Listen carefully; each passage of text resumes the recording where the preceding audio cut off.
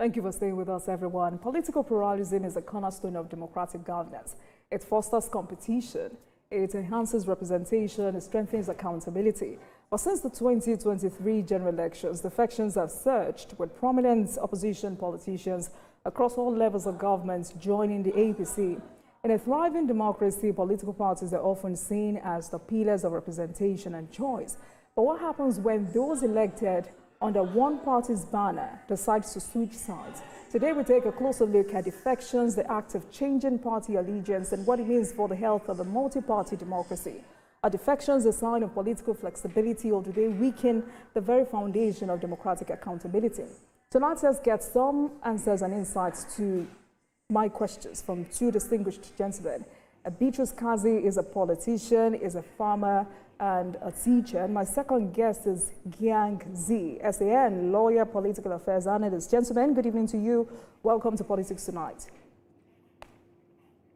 Thank you. Thank you very much. Thank you very much. Thank you. So today, as we speak, the APC has expanded its Senate strength to 76, following the formal defection of Senator Jaribe from Cross River North. Also today, Daniel Amos also defected, Rep member Daniel Amos also defected to the APC.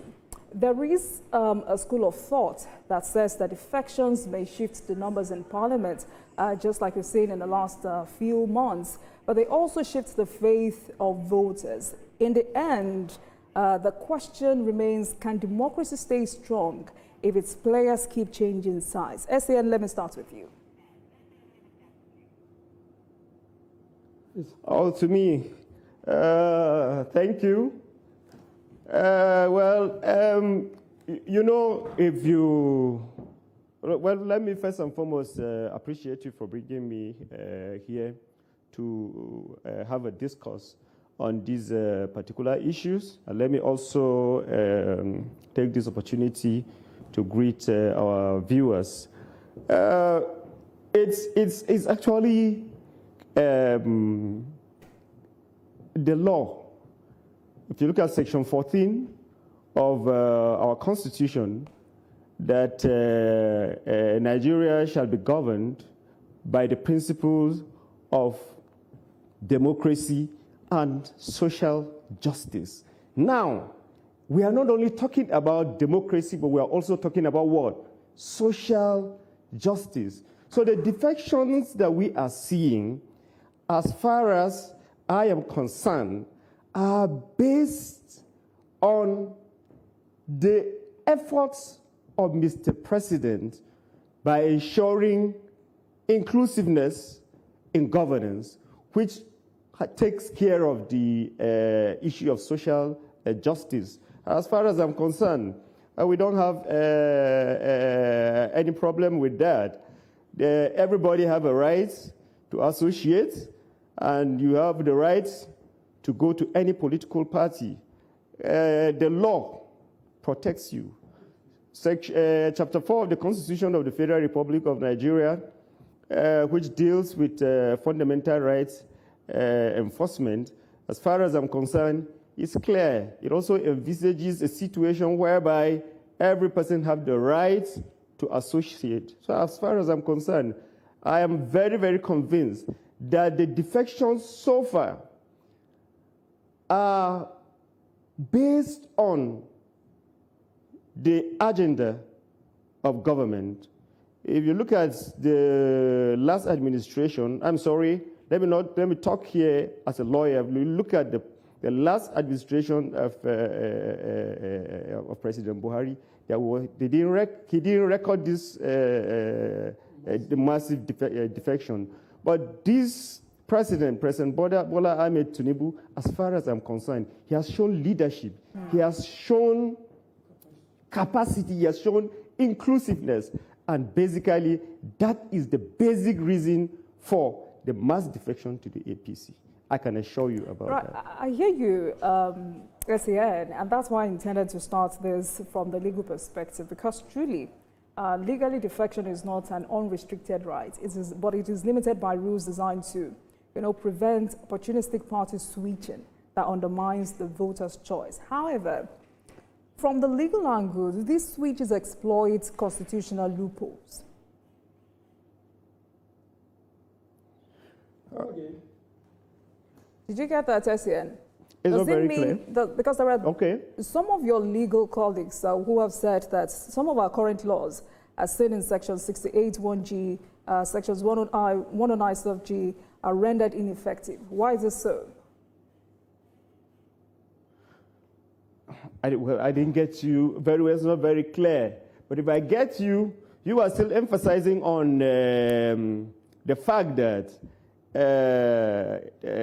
democracy appears to be endangered by the wave of defection, which I do not believe so. Just as I highlighted earlier, the laws made it very, very clear. You have the right to associate, but for the Constitution did not restrict anybody from moving from one party to the other, except members of the legislators, that is the National Assembly and the Houses of Assembly. And then it also gives conditions for doing that. And if you look at the way the other parties are going on, you also know that one of the key reasons responsible for these defections is lack of internal democracy. Lack of internal democracy, impunity, and the rest. So you cannot blame any party for the defection of other members of political party. All right. Of course, the APC did not force anybody to join them. But of course, if that is a platform that can serve Nigeria better, well, I don't see anything wrong with that. All right. Mr. Kaze, let me come to you. Let me get your perspective because, it was important to start off that conversation with a legal angle. Now it's time for the political angle. You're a former member of the House of Reps, and the question that has kept, burgening the mind of majority of scholars is whether multi-party democracy is a blessing or curse to Nigeria's political environment, with particular reference to the party defection that is ravaging party politics in Nigeria. Where do you stand? Well, again, like my brother has spoken, I appreciate the privilege to be here. And I appreciate also the opportunity to share my views on the issues of defection. Good evening, Nigerians. Well, the thing is this. You need to take into cognizance the fact that this is not the first time we are witnessing defections in the Nigerian polity. It happened before. While we were serving the House of Reps, about 40 members left the PDP to another party. This is not the first time. And we had about 5 governors, 7 actually. 2 didn't go, but we know that they work for the other party. There's nothing legally wrong with it. And actually, even politically, there's nothing really wrong with it. But I want to say that it does not depend on one political party alone. It is a huge task to be an opposition political party. Well, the governing party has a task of leading a nation and providing quality governance. But for opposition political parties, they need to make themselves a darling of society. They need to convince the people that they have what it takes, that they can command the respect of the people, that they have alternative ideas, alternative views that will cajole people into joining their political party.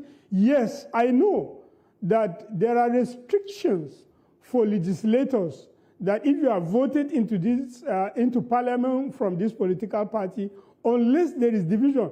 Unfortunately, in the Nigerian context, truly the political parties has over time had divisions and defections and camps that have led into a collapse of the center of such political parties. This is not the first time, for example, that PDP is having faction. There was a time a former national chairman of the party, our late father, Babaso Mollar, actually opened an alternative office for the PDP. It has happened and happened and happened. And so when you have a situation where politicians are boxed into a corner by impunity within the internal system of political parties, they are free to consider alternative platforms and pursue their political careers. I hear you, Mr. Kaze, but let me stay with you. It looks like both of you are on the same side tonight. But at what point does changing parties become unethical or undemocratic? At one time, does it become undemocratic? Yes, and unethical. I do not know when political parties become, changing political parties become undemocratic. Not everyone may like it. Not everybody may see it as a popular thing to do. But taking a cue from developed democracies, people change their political parties. When Obama was going to emerge, there were people who were serving under a Republican government that came out publicly and said, on this count, we are going to support the Democrats. There was nothing undemocratic. There was nothing illegal. There was nothing unpopular. There was nothing wrong with that. So I do not know really what circumstances will warrant the defection of any member of parliament, governor, or any politician from one political party to another that will qualify to be undemocratic. Mr. Kaze, democracy is about people. Let me use you as an example. You were a member of the PDP, but you resigned, citing unabating victimization of you and your followers. I mean, what you said was that you were tormented, you were ostracized and subjected to all manner of character mutilations. After you suggested that the 2015 governorship ticket should be zoned to the Plateau South. Now, why didn't you move to another party since then? Or have you moved to another party? Oh, good. I appreciate this question very immensely because it provides me a platform to explain myself on a larger scale. There are two basic reasons that made me leave. In my statement of leaving PDP, I stated my reasons clearly. And it started in 2015 when I took a position saying that I believe that it was proper, I believe it was democratic, I believe it was popular, that governorship, having spent 8 years in Plateau North, should go to Plateau South, as is required by the constitution of the PDP and, in fact, the constitution of the country. The constitution of the country has this provision that government shall be administered in a manner that commands the loyalty of all sections of the country and gives a sense of national belonging to every part. So when we took governance on Plateau North, when we had governor in Plateau North for 8 years, and those in power felt that it should remain in Plateau North for another 8 years, I felt no, as far as PDP constitution is concerned, zoning should take prominence. And I advocated for Plateau South. On the basis of that, I was victimized, I was demonized, my character was mutilated. So the space became such that since 2022, actually, I was completely inactive in the PDP. Nobody invited me for any meeting. Nobody ever filed any petition against me. Nobody ever gave me the opportunity to state why I took the position. Why didn't you leave at the time you were humiliated and ostracized? And have you joined a new party today? Because some of your friends said you were waiting for Mr. Peter Obi to win so you could boldly join the Labour Party. Yeah, I worked for Peter Obi because I believe, like I told you, I'm an advocate of zoning. I believe that Buhari, having spent 8 years in office, it was only fair for a Southerner to take position as president of the Federal Republic of Nigeria. And I felt more appropriately the Southeast. So I supported Peter Obi, but Providence and then the country decided that President Bola Ahmed Tinubu should be. And religion, sense, and the law requires that. I accept that. But more than that, you know, President Bola Ahmed Tinubu took certain steps that impressed me personally. And the first one is that on the day of his inauguration, he pronounced subsidy removed. I need to tell you that when I joined Parliament in 2007, the first interview I granted any newspaper is titled "Subsidy Removal, a Necessary Evil." It was published by the Daily Trust newspaper. I have advocated for subsidy removal. So when President Bola Ahmed Tinubu had the courage to do it, I like it. I really felt he really took the proper step. And 2 years, 3 years down the line, we have no regret he did it because the states are getting more money. Secondly, one of the things that dissuaded me from working for the APC in 2023 was this much complaint about Muslim ticket. I was frightened. I'm from a minority ethnic group in the Middle Belt. I was frightened. But immediately President Tinubu came in. Unlike what we saw previously, he made a fellow Middle Belter, Lieutenant General Gideon Musa, to be the Chief of Defense Staff. He was as if saying, look, your people are being killed, and the best person to provide protection is a victim of the killings. I felt touched. I felt that, after all, this Muslim ticket, led by President Tinubu, was providing fairness to everybody. So I felt interested, totally.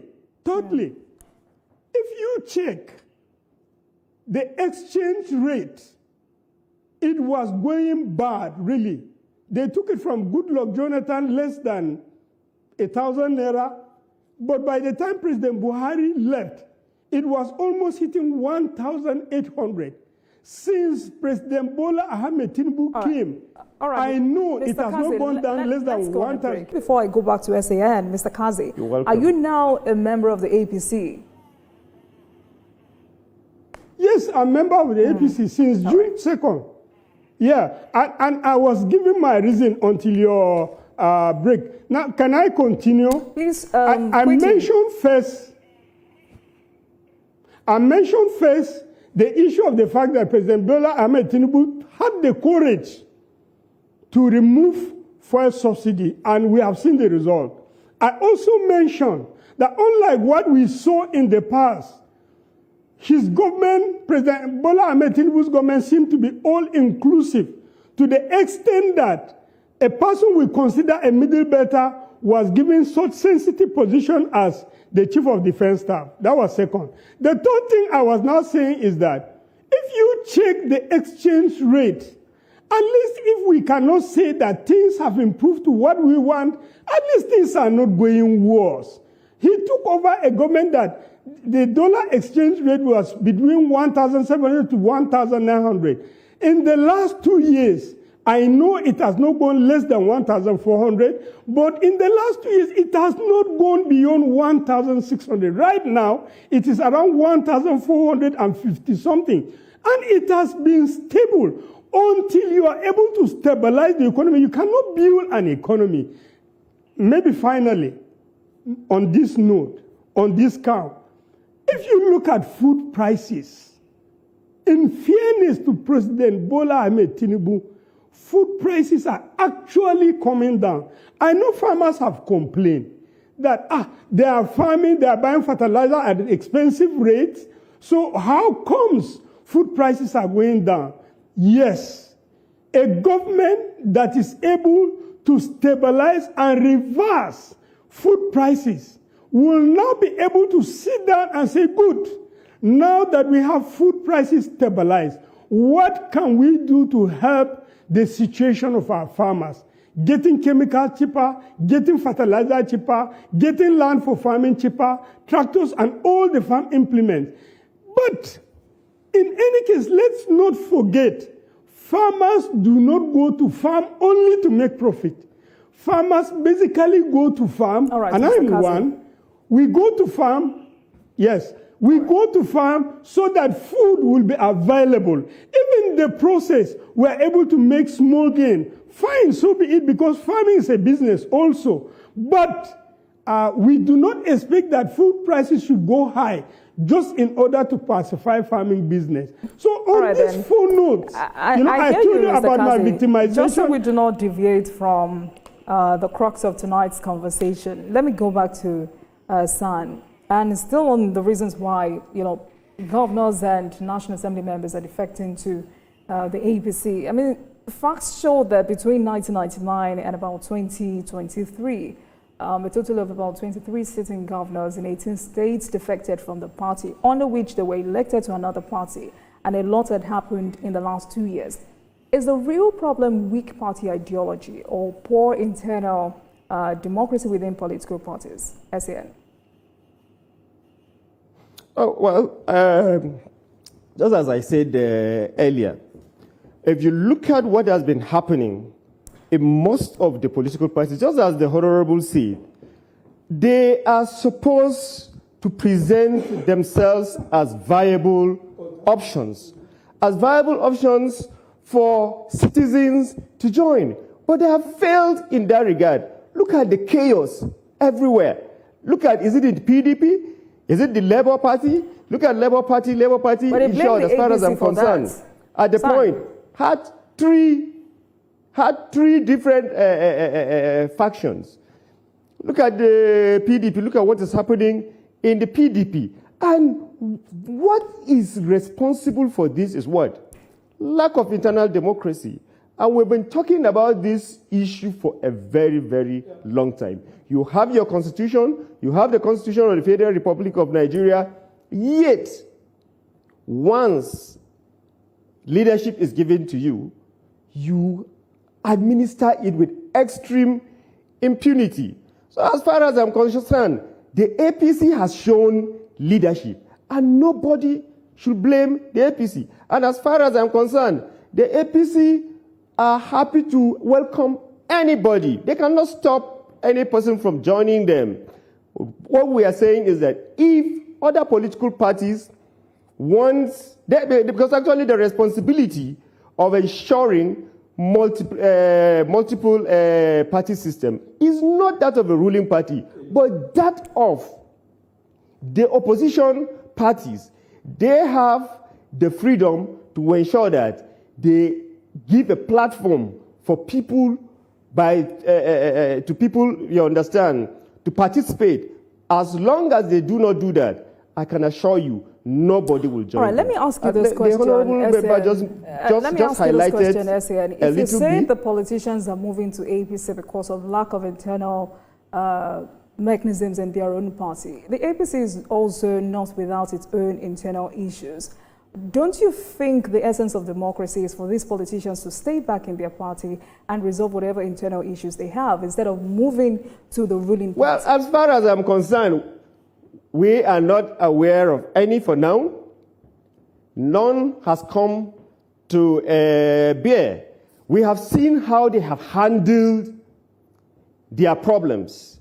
They have been able to manage their problems.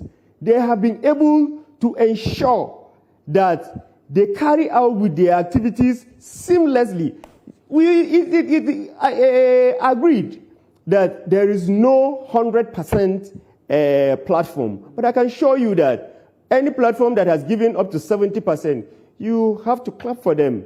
If you ask me, I will tell you that the APC has shown that. And let me tell you, President Bola Ahmed Tinubu has shown leadership across the country and not just to a political party. Look at the highlight. From his appointment, immediately he came into office, a lot of people were afraid about the Muslim ticket, but immediately he came in. He neutralized it. He showed that he has a very good understanding of this country from the beginning of his appointment, from the beginning of in short, from the point of taking his oath of office, by first and foremost even removing this fuel subsidy, which in the long run, all Nigerians are going to benefit. And his appointment into political offices, you will discover that he gave like the security formations completely. He handed it to the North. Immediately he came into office. The Chief of Defense Staff was from the North West. The Minister of Defense, both the main minister and that of the state, all of them from the north, he made key appointments to ensure that the concerns of the citizens are addressed. I'm from Plateau State. And in Plateau State, the governor is from PDP and not APC. Yet, he has made tremendous effort in cushioning the effects of the insecurity in Plateau State. And because he also know about these dynamics, one of the things he did was, okay, he gave the Ministry of Humanitarian Affairs and Poverty Alleviation to somebody from Plateau State to take care of what? The crises that have bedeviled the North Central and the Northeast and the Northwest. He also gave it in the North, irrespective of the fact that he is from the South and the Southwest. So he has shown even distribution of both resources and participation in governance. And therefore, everybody will want to associate with such leadership. And that is why you can see the wave of defection. I can assure you that what we need in this country is simple: sincerity in leadership. It's very simple. And President Bola Ahmed Tinubu has shown that. And therefore, of course, as I'm talking to you, I have also moved to the APC. I was in the Labour Party. I didn't see anything coming strongly from the Labour Party. So what was your personal reason even for the leader moving of the party could not even manage the crisis, to talk of managing Nigeria as a whole. So I felt, look, let us give the president the needed support to address the problems of this country. He did not start it, but we hope by his leadership style, if he continues this way, by the grace of God, very soon these issues are going to be addressed. All right, so you've said the president has shown leadership, and that's the reason these politicians, these governors, National Assembly members are moving to the APC. But does it not bother you that it looks like we are towing the path of a one-party system? And because it looks this way, voters will revolt, because the conversation out there is that the APC is now an elite party. How do you respond to that? I truly appreciate that question. Even before I answer your question directly, you need to know, I personally, I had accused the immediate past government of rudderlessness, of cluelessness, of directionlessness. Nobody can come out under the current circumstances to tell us that the government of President Bola Ahmed Tinubu is rudderless, is clueless, or directionless. I mean, the economy is stabilizing, the naira is stabilizing, food prices are coming down. Yes, employment is not there as much as we want, but at least things are not growing worse. That being the case, it is not, if the drift towards a one-party state is not the responsibility of either a governing party or a party to which many are defecting into, or an opposition party, because in this country we have a history of a lot of members of the National Assembly leaving the governing party into the opposition party, which later took over. So it's not really a responsibility exclusively for the APC alone. No, it is the responsibility of the political climate of the country. If there is viable opposition, if there is credible opposition, if the opposition parties are thriving and delivering as expected, people will be attracted. But you are an opposition party, your members, you have issue with them, you don't listen to them, you even tell them to go to court, you deny some people forms, You are contesting election and you stand as the person to screen other contestants, even though you are contesting the same election. They go to court, they win the case, you say you are not going to respect the court until the matter goes to a level where you begin to lose those who elected you. Now, I can tell you confidently as a politician, if I were in office and I'm hoping to go back to a second term, with my party going to extinction, with my party lacking structure, with my party lacking the basis to sign my nomination for INEC to receive it as a credible nomination, I will definitely look for an alternative.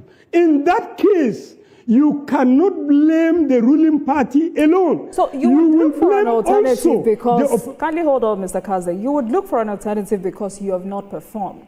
Because many believe that if you've performed as a governor, if you've performed as a House of Reps member, if you've performed as a senator, no one would vote for you because you belong to Party A. They would vote for you because you've performed, even if you're in the Labour Party. So what's the distinction there? You see, it's not just an issue of performance, because under our laws, in the Constitution of the Federal Republic of Nigeria, no politician can contest any election without joining a political party. We do not have space for independent candidature in this country. That means that every politician must have a political party. Those who are defecting, it does not mean they have not performed. Really, not all of them have an underperformance case. No, that's not the case. But in fact, if you are a performing politician and you have delivered on quality governance to your people, and you are not expected to exercise your constitutional mandate by going back to the people to ask them for a second-term mandate, and then your party is now lacking the capacity, lacking the structure to sponsor you as a candidate, you have to look for alternative. It's not a crime. It's not a sin. It does not offend any law. It does not offend politics. It is democracy at play. This is what is happening in the Federal Republic of Nigeria. Right. People have lost confidence. Like he said, we supported Peter Obi. Peter Obi made Labour Party very popular. But at the end of it, the Labour Party rubbished Peter Obi. And the Labour Party has actually virtually gone to extinction. If Labour Party was a credible alternative, probably all the articles, all the Erufais of this world, all the David Marks of this world would have gone into the Labour Party and further strengthened it.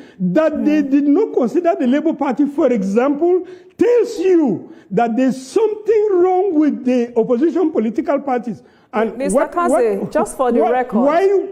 Just for the record, you supported Peter Obi while you were still in the PDP. Isn't that anti-party? What's that? Come again. I said you supported Mr. Peter Obi while you were in the PDP. Isn't that anti-party? That I supported, yes, that I supported Peter Obi while I was in the PDP. Whatever you choose to call it, you can call it anti-party, but I always ask people, what is more anti-party? For the PDP to abandon the provision of its constitution, which requires that a president having spent 8 years in the north needed to move to the south, and the party ignored its own constitution, rather than zoning the presidency to the south, the APC, which does not have zoning. And now you are in the APC. I'm wondering, why should APC leadership or APC members trust you ahead of 2027? Why should the APC do what? Why should the APC members or why should APC trust you ahead of 2027 if you're so proud of engaging in anti-party activities? See, the thing with APC is that APC does not have zoning in its constitution, but APC was sensitive to the national mood.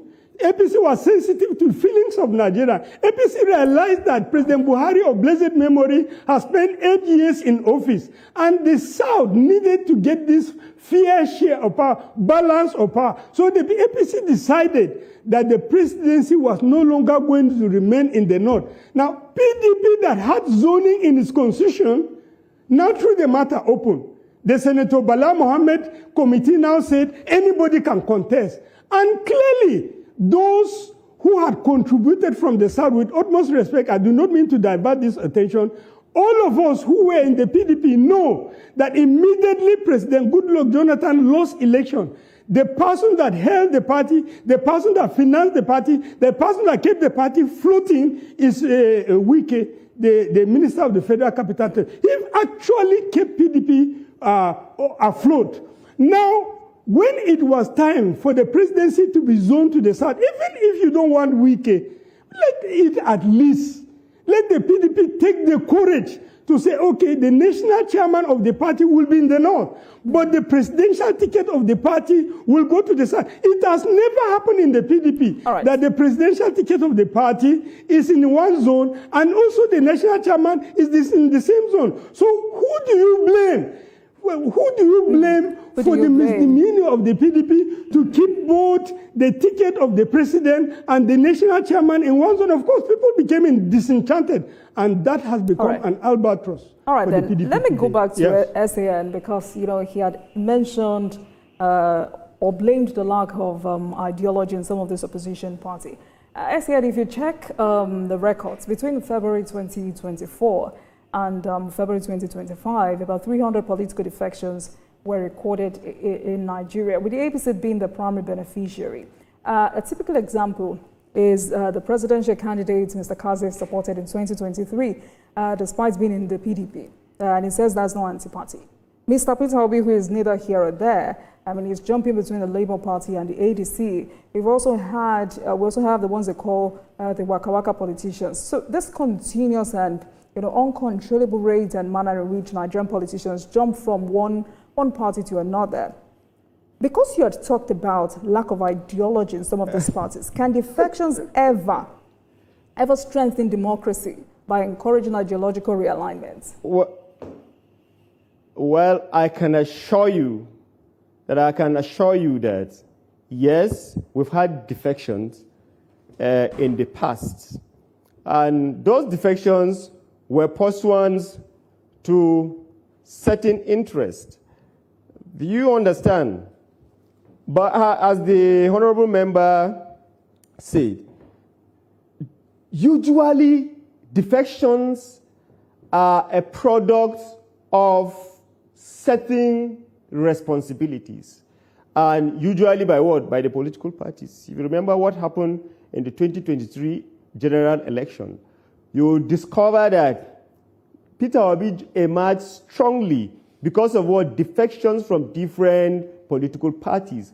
And it is because of the failure to comply with the provisions of what? Section 14 of the Constitution of Nigeria, which what? Provides for what? Inclusive governance.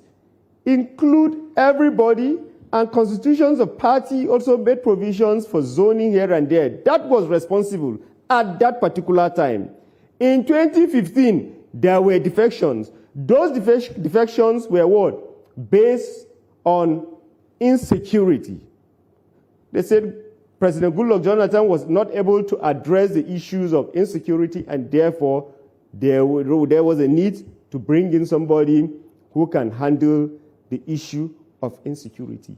But the defection in between 2023 or 2024 to date, which is still ongoing, it is simply because of the leadership qualities of the president, and then the focus of the All Progressive Congress as a political party.